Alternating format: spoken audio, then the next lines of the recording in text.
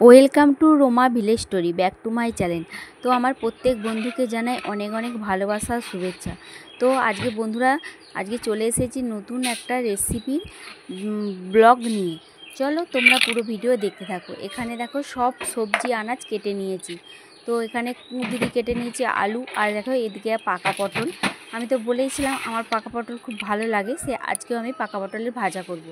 তো এখানে দেখো এটা বাটিতে আমড়া, নরম একবারে আমড়া কেটে নিয়েছি। তো আজকে আমড়া দিয়ে কি বানাবো তোমরা দেখো। আর এখানে হচ্ছে পেঁয়াজটাকে ভালো করে পেস্ট করে নিয়েছি, আর এখানে ডিম হচ্ছে সেদ্ধ করে নিয়েছি, 5টা ডিম আছে। আর এই যে আলুকে গোটা ছাড়িয়ে নিয়েছি সেদ্ধর জন্য, ভাতে দিয়ে দেবো। আর টমেটো ওইদিকে পেস্ট করে নিয়েছি। তো আমি এদিকে দেখো রান্নাটা বসিয়েও দিয়েছি, এদিকে উনুনের মধ্যে রান্না করে নিচ্ছি। তো ওইদিকে ভাতটা হচ্ছে, আর এইদিকে আমি প্রথমে পটলটা ভেজে নিচ্ছি।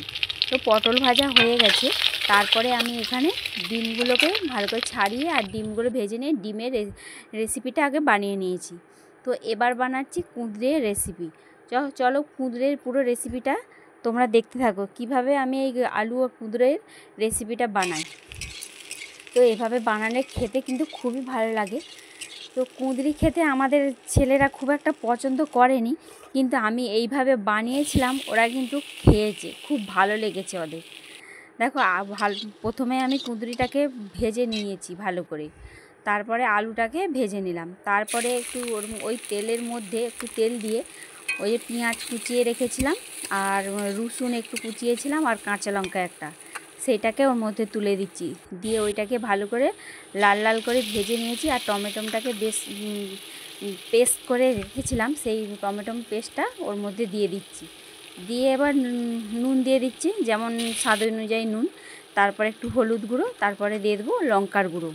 তো এভাবে সব দিয়ে এবার মশলাটাকে একটু ভালো করে ভেজে নিতে হবে, কেন টমেটো কাঁচার গন্ধ আছে, সেই টমেটো একসাথে মশলা দিয়ে আর ভেজে নিচ্ছি ভালো করে। তো এভাবে রান্না করলে কিন্তু খুবই সুন্দর লাগে। তারপরে দেখো ভেজে রাখা ওই যে কুঁদরি আর আলুটা ওর মধ্যে তুলে দিচ্ছি, দিয়ে ওর মশলার সাথে একসাথে ভেজে নেব। তারপর এইদিকে বেটে রাখা সর্ষে, আমি সর্ষে বেটে রেখেছিলাম, সেই সর্ষেটাকে আমি ছেঁকেই দিচ্ছি। সর্ষের যে একটা কালো থাকে বাটলে খোসা, কালো খোসা, ওই খোসাটা ছেঁকে আমি সর্ষেটা দিচ্ছি, দিয়ে আমি চাপা দিয়ে দিচ্ছি। আমি কিন্তু জল দিলাম না, আমি ওই সর্ষের যেই জলটা ওইটাই দিলাম। কিন্তু দেখো এদিকে আমার একবারে রেসিপিটা রান্না হয়ে গেছে, মানে আলু ভালু সবই সেদ্ধ হয়ে গেছে। খেতে কিন্তু এটা দুর্দান্ত লেগেছিল।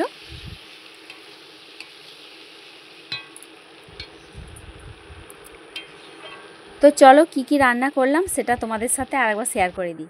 তাই এইদিকে দেখো এই যে পটল ভাজাটা হয়েই গেছিলো, পাকা পটল ভাজা, আর এই যে আলু কুঁদরির তরকারি। এটা একদম নতুনভাবে আমি বানালাম, অন্য করে বানাই, আজকে নতুনভাবে বানালাম। আর এদিকে দেখো ডিমের ক্যারি করেছিলাম, শুধু ডিমের আলু ছাড়া ডিমের ক্যারি করেছিলাম। আর এইদিকে তো আমড়া দিয়ে টকের ডাল, এই গরমে টকের ডাল কিন্তু খুবই ভালো লাগে, একটু টক খেতে। তো এইসব রান্নাবান্না সবই হলো। তো কেমন লাগলো এইসব রেসিপিগুলো, যদি ভালো লাগে তো চ্যানেলটাকে একটা সাবস্ক্রাইব করে আমার পাশে থেকো। চলো দেখা হবে আবার পরের ভিডিওয়, টাটা।